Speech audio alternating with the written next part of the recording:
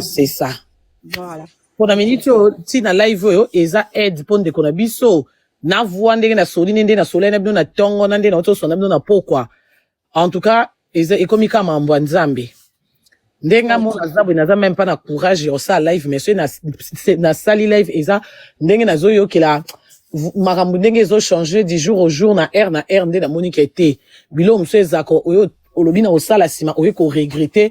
Pourquoi la tchaki bolembu ndo moni na forcé alors ce yo koko expliquer te maman bijou mata ce maman bijou pe pour na temps lobi wat boke misala nga moko na expliquer ndenge na soleil na bino na ba les défenseurs parce que j'ai tous mes preuves et puis voilà. Voilà, oui, ce qui côté musique okoki ko expliquer maman Karine eza nango problème te expliquer na yo par rapport ya wana akende ki Afrique du Sud pour na concerter akende ki Afrique du Sud pour na akende ko fanda aluka vie akende ki te eza musicien moko te mutu atinda ki en Afrique du Sud. Attends, na ok, allô, je suis la maman bijou yo. Oui, ye wana commis la poupée de Jésus. Mboka Matissa la poupée de Jésus. Mboka Matissa la poupée de Jésus. Bah modérateur. Bon Matissa la poupée de Jésus s'il vous plaît. Bon, yo kangate, et a possibilité, il faut qu'elle s'en demande ou quoi? Maman Bijou, fais la demande alors. S'il n'arrive pas à t'inviter dans le live, faites la demande.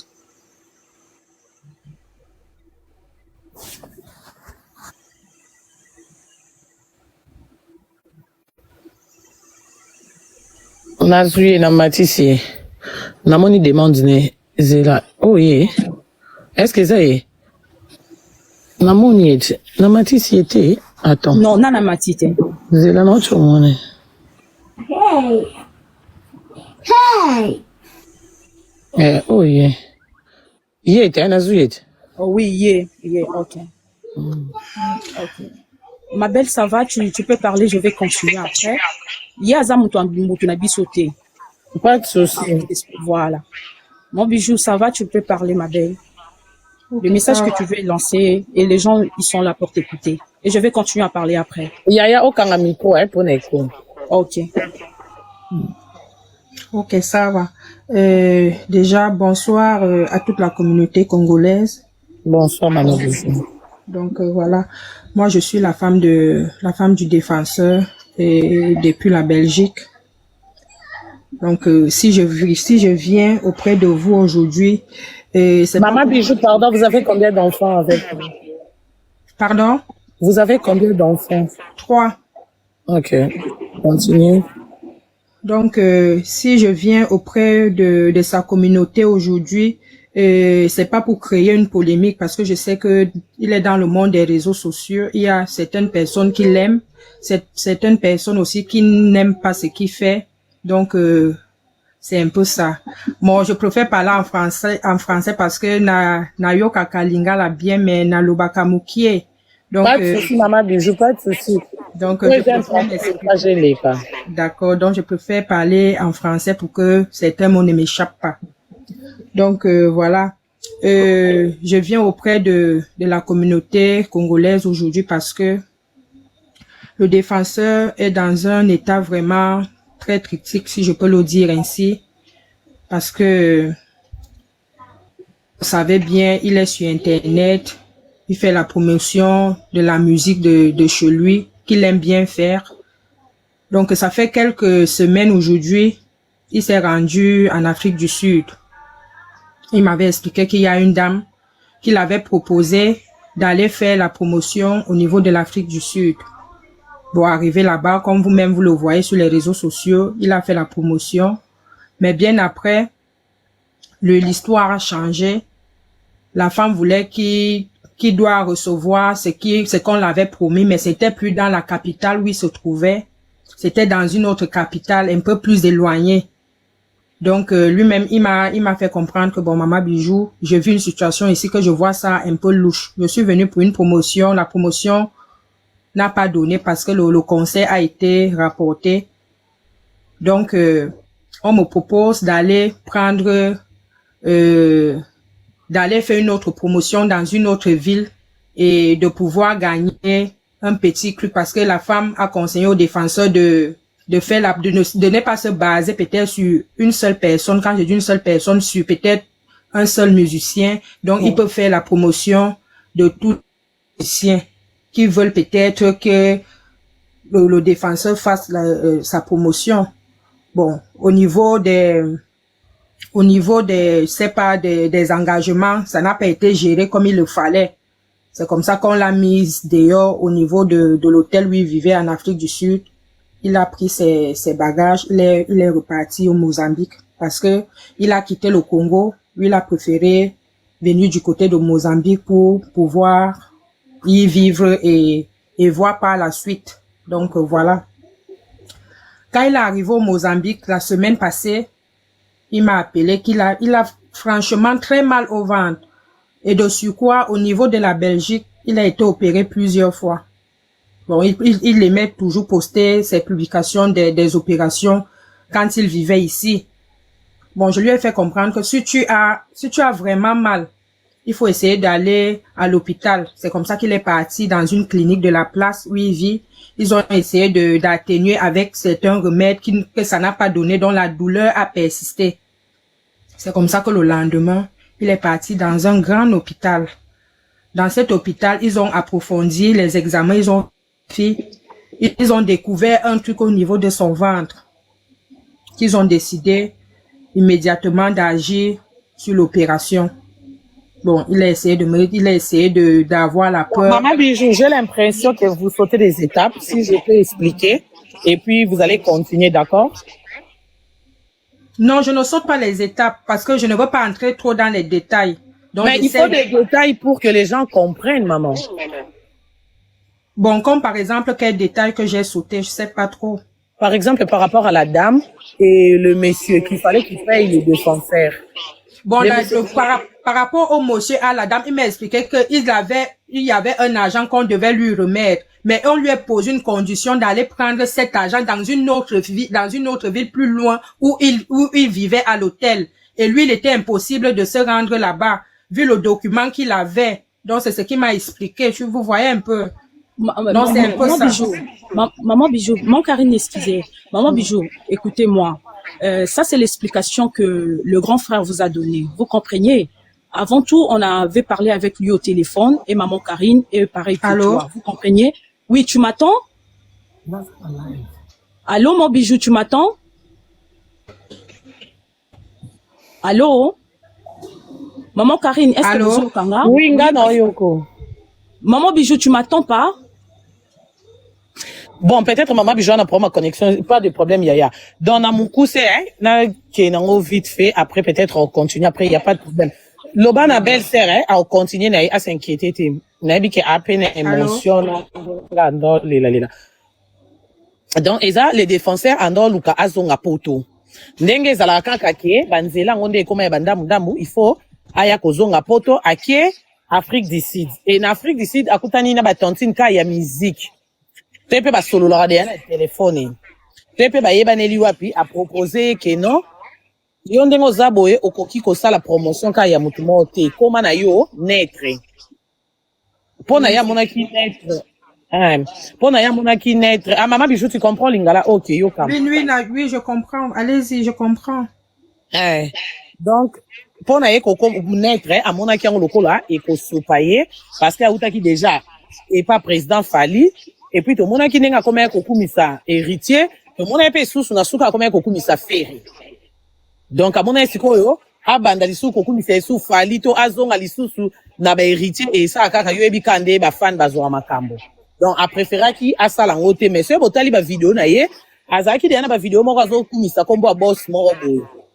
Azo tanga ye ke ye mutu aye na ameminga awa ndeka tozaka so bakabeli yo 5 € bakisi ba 0 donc boss wana apia kena elote ba monanité mazoku misa boss sango yemta meminga awa na Afrique du Sud naza l'aise aleki batutu ti azoku misana na nazo ata 1 € te siko fi wana oyo alobaki na eke mwakaka bosso ndenge zabo ya kosunga yo ye en Afrique du Sud nde makambu fi wana akomi ko changer explication. Akumisi ekomi ke ezandenge nini les défenseurs a changé si hôtel mobimba bazo bimisa parce que mbongo foot exact moins des a foot 2 jours et comme 3e jour ebi ke boss wana otinda mbongo ezate 4e jour bache libanda ba video nyonso eza ake so na hotel mususu apie mo avance ndenge ezaka fiango zela boss zela si ba che libanda mais entre temps ti bo mo na sa ba video na ba boîte na Afrique du Sud moi ça na muto otambwisa ye ndenge ezaka mupaya zoba oyemboka sika boîte moko ezaka koto na sola bien na ba DJ Tokyo somba mwa whisky ba bwaka yo yepe lokwa za mutalibanda yebiki ana boîte na okyo kutana na mwa boss mo beto na mwa mécène mwa 200 mwa 300 eko taka ndevi na biso ezaka matolo yepe kobima ayisinga eza sur Karine ndeto ndo bima so ekolia to lia kapenza so yepe ko mela so whisky nyonso ko lingo mela okomela penzo melipe bien mais mbongo nde ozwate bakota suka fianga komi ko kende ko présenter ye ba fan et ba warrior oto ke ba warrior mo bazaka koto o mona ba ke mais se ba kabeli mbongo nde ba warrior peza yo bungela biso yo bwe ate ya eza mambo internet o apie moi 20 o apie moi 10 o eba o pesa ye ya ozwate fianga mutazozwa et yepe na charisme ebi ke fiango yem tout après a présenter ba tout donc ba batona ba ozalate bango ba okabula mais a mona ke fiango ba mbongo nyonso ba opesa mo ba 20 ba 10 ba 50 ba 100 fiango zo mela na ye yepe lokwa za sous ordre via ya fiango lokwa fiango zo boss ango je crois boyo kaka na ba vidéo ya ye les défenseurs boss o ya banda okumisa na Afrique du Sud ke boss wana mutu ameninga ande boss ango yiwana et comme ya komi na suka tali ke mikolo ekende ya ki Afrique du Sud azoleka a olukana nzela ya poto ebeke mambongo ya na Afrique du Sud ndamona ke na kota pona kangisa isusu mbongo na bakisana o nazana ngo na lukana nzela te makolo na zonga mikili ali nda ibisi fiango en tout cas nga ifona kende fiango OK nde biso tozana Johannesburg wa bossa na Cape Town il faut que zo isusu avion wana pesa isolo il faut zo avion ye parce que les défenseurs atali na état zanango kozwaka lisusu avion déjà na futi no ba hotel o ba chechenga libanda banda na ina omizo charge nga moko menga kuna na ba vidéo na ka boss kingani boss prêtre les défenseurs amona kiango eza isusu na sensité ba saleli e kande ba sala ba billet ba pesi ya kombo mutu ndenge ezalaka oko voyager nango lobby okende bokutana na boss na Cape Town alali kaka ndenge alali aloti penza ndoto mo ya BNT après sentir kande ba 6e sens c'est ça la kalamuki na tongo mo amoni ke déjà bandana yeki no boss ma mbongo ata 1 euro na liete na kumise na salbe na se déplacer susu place non na za na kenda kali susu ayoki pe amabeke ako esuku kendete fianga benge e andenge nini tokutana na aéroport ya habité en tout cas na loti mabe pinde na uba na pressentir en tout cas na voyager souté ce boss ngo pia na été atika fianga pe apetele câble mbama wana nga kutu mutu na branché ona ye na lingi soki ba pese mbongo pesa nga pe parti na nga tala ndenge na zoe batana nga ya kotambisa osko to komi na suka yo lingi okende boss ana mbongo moya ya boezate boss anzimi yo OK kuna tonton kangela nga porte pardon boss anzimi yo ozwa vol okende place ya zapo OK kozwa mbongo yo siko komi yo au pressentir mabe est-ce que ezala ka baswani na fiana na téléphone na koswana yepe lokwa na décision azwaki déjà okende te amoni ke abima na ye Afrique du Sud po makambo ayelaki esimbite na batanya sope alekisi donc musicien te mutamimaki ye ezaki nango akende ye mona efo perso ka ko lukanzela alinde na ko bima wana Afrique du Sud amati so camion po akota Mozambique kan de banzela poteza ka ose bobimi na mobokoti Mozambique après okota na mboka mawo boisoko bimi mboka wana après mboka mususu ya partir wana nde okokoza voile okoti soki mboka nini nde obima na poto era koti Mozambique amati camion ake na yepe na camion et comme kaka na kati ya camion na ayoki lokola à perdre connaissance vertige na vertige wana yoki boka bisinga bikari na kanzoto kolemba do na libona ngamono okotombola te Maman Karine limbisa Ndenga avant zakara. kokandela wana limbisa maman Karine ba mwana mwasi wana bengisa ke quelque part alia ki biloko avant ba kende nzela wana ti akomaka balia sina alobi ke babandai fiango te fiango alobi ke babandai ye moko défenseur abi babandai ko lia alia ki mba monter abi à chaque fois fiango ya ko zo en hôtel bakie ko lia balia taba mabe so epeza pe malewa biloko balamba balie donc komela pe bamela ka kote ana dia na loba ene ebite so bat bayoka ete na loba ki yango te bakenda dia ko lia fiango pe abi kote ko lia en tout cas Karine nazaki à l'aise o lia quantité o lingi so epo lingi o mela masanga ya mulangi so epo lingi whisky so epo lingi champagne en tout cas côté ko lia azaki gâté azaki vraiment bien na place msusu na sauté er et comme jour à ko voyager on a tongo na ya boya au voyager te allez fi yango baswani alina koswana na ye mukanda ngo soki pe nini biya ngo bapesa ki ya kokende nango nzoka eza babiye oyo ya lokuta et puis na kombo muto bachaki eza kombo ya mutu moko iparaîtrait balukisaka ekuna donc soki akendaka koma na aéroport wana Johannesburg po kota nini mboka ngo musu nini Cape Town me bakangi eka na aéroport non matina ayi bakangi na aéroport oh non yo on dérange président donc kombo wana eza tandenge to na poto to msusu bona poto ba affichaka en Afrique du Sud na éviter ce mambo wana pe ezalaka bon mwende to na poto to msusu ba afficher oto lukisa Karine Mokonzi bato ba yebi ke ba lukisa Karine Mokonzi siko yazani mpaya zoba donc eza sko ba salele biye mo boye na kombo Karine Mokonzi ba yebi entre ta ke Karine on aéroport ba lukisa ke pe akoleka te donc des billets oyo basalela ki ya kombo mutu mo ode abalukaka esali pe ka ye présence d'esprit nzoto ka ndinga bo amona ki aloti mabe mo pa monika ka na 6e sens esali po atali ke na ye déjà ana umeli na zio ata 100 francs te na déplacer sona landa bo et puis bo songa za bo sona no mona te o solo la na pe direct ozo solo na à travers mutu wana pe les défenseurs na yebisa ki pe na téléphone imprudence a bongo okoko sala kangote yango bat ba kufara lokwa ba soso parce que mutu o mona te mutu o yebite nande to salaka boye opesi position oyebite ceux qui bakoki ko utiliser mutu vomie bonga to za na problème na mutu oyebi sko mutu yo yebite donc okoza na ennemi to adversaire en face non mais yo yebi non yete yo za non naïf po yebite mais yes ko zo ba peke Karine ngo yeyu les défenseurs ont yeyu donc na yebisa ke malgré passe malgré mpiaka oko chavi en jeune à niveau on a été o se déplacer na mutu oyebite olongwe kinyo comme Afrique du Sud comme Afrique du Sud bandolbano ozo esusu vol ba komina ko kolesa o comme tambo na banganda même quand bondo ke ba boîte wana na butu bon ko salopelo na nzela na nyomi masango bat ba olamka kana tonga ba lukoti bembeti o sa mutu confiance bon ndeni bon bref eza mambo ese komi na minute de to komi une étape mususu donc nde kokwea akwea ki à perdre connaissance à aucune autre kolemba chauffeur à camion ana a memi bato comme une destination bato nyonso ba kiti amoni ke mutu mo banda lalaki allez chauffeur mutu aye ko zoye ko mona ke o kokote le matin o kokoloba te eloko te chauffeur anga vanda na moi garage na ye kuna na Mozambique nde amemi ndeko mobali ake na ye pa lalika ndenga lalaki makanisi ye ko ya afungola misu nde chauffeur wana aelie mulangi ya miel ayebise ke ndengo lala ki nazomona ozobimisa basoyi bafulufulu banini yango na sombeli yo miel oyo nde apesi ye miel abi pourquoi tu fais ça yo nde apesi ye miel alobi na meli miel kutuka mwa mulangi yango ya mutie na meli ka katikati naoki pe ya mwa makasi mwa courage naoki mwa changement nazaki ku ya kolala na vandi na comprendre te na komi awa ndenge ni nde yo abi ozwaki omataki camion tu oui na mataki camion na ke Mozambique bi oui toi déjà na Mozambique ango donc na moni batinyo so bakiti na ena simba yo en tout cas batombola loboko ekwe na mona place sorti côté to et puis aux africains donc aux frères yango na moni na memi oti awa nga na vivaka awa aibi singa lobi azu moi courage wana nande basoli na chauffeur ngo lokwa saka misala il faut kende susu mboka mususu ki omema batu lobi nango bakabwani alali 11 jours libanda les défenseurs 11 jours mois alala même na ba station bomunika ba station ba essence ne mama ba magalilo mama lala na Kinshasa kuna na ba shege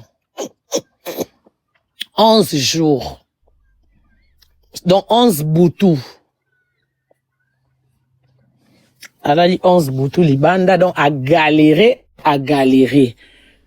kaka na kolala wana etanke moi mobali ba garçon pe bateka kana ba essence ezaka na tongo bato ba garçon bateka na ba pompe essence na tongo ndeza bonjour ça va moi connaissance abzoka douleur makasi na libumu si bango en tout cas non kokate parce que malgré douleur na abanda ko boyo kendo hôpital po azotala mbongo azana ngo abayebisa ki à partir à yakuna soki azana 5000 nzela poto yes kwa zaki kaka mobimbane 1500 openze zaki oyo karake obeya ye moko James yango nde ebandelina suka na ye doti ba obengane na ba hotel na Afrique du Sud azo boya ta ko simba ngo po yebike yango nde il faut aluka misusu abakisa po yango nde ekotisa e poto allez pas si tellement les kaki azoka libumu pasi abido douleur wana na yoka te nde kosenga ba garçon na bomemanga na hôpital nde ba memie na hôpital o bozomona oyo akomi pas comme ça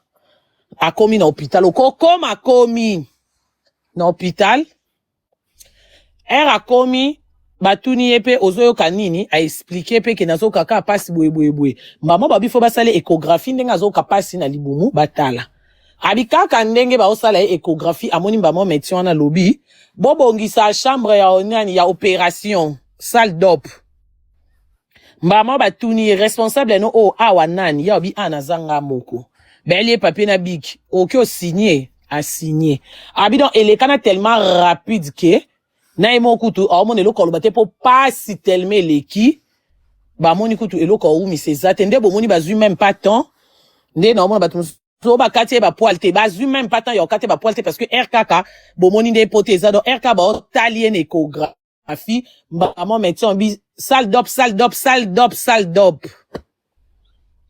nde ko lekise na salle d'op ko beta ba anesthésie nde ko banda ko tonga e na ndenge palala ki ko lamuka alamuki nde bozomona azofungola pota po bande ko ba likolo mbele bomoni wana eza ninyo bazipaka asparadrap voilà ya asparadrap za kamukie mais wana bazipaka po pota La baronne, bonsoir.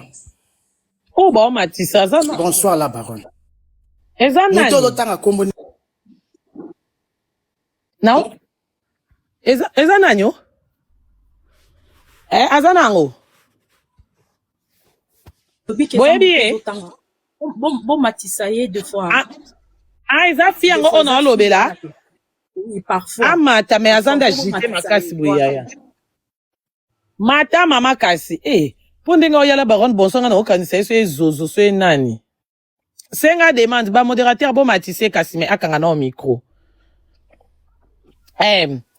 mama kanga na micro to peso maloba nde sikoyo bakene na hôpital mbala mona nde babandi ko kata ye alalaki ko lamuka na ende amimoni déjà na pota bongo déjà na hôpital wana sali 7 jours oyo atande komota congolais ayebi kuna mutayebi azate azolia te nzala je crois bomona même na ba vidéo na ba photo ndenge ndeko na biso akondi ye wana kuna azolia te mutopesa ta biloko azate kolia ezaka ata mususu mwa lipa ya ndenge ka bat baya ka hôpital to ndenge ka boyebi ezalaka meke kolia pe abayelo ata mo eloko supu mwa fufu mwa nini azolia te na bambongo bafutaki na hôpital ekomi déjà na ba 700 siko na minute oyo douleur ezosila te malgré pota o amunene bomona douleur ezosila te donc ya lokola eloko échanger te nazolongola ngo pona baya ko nini ngate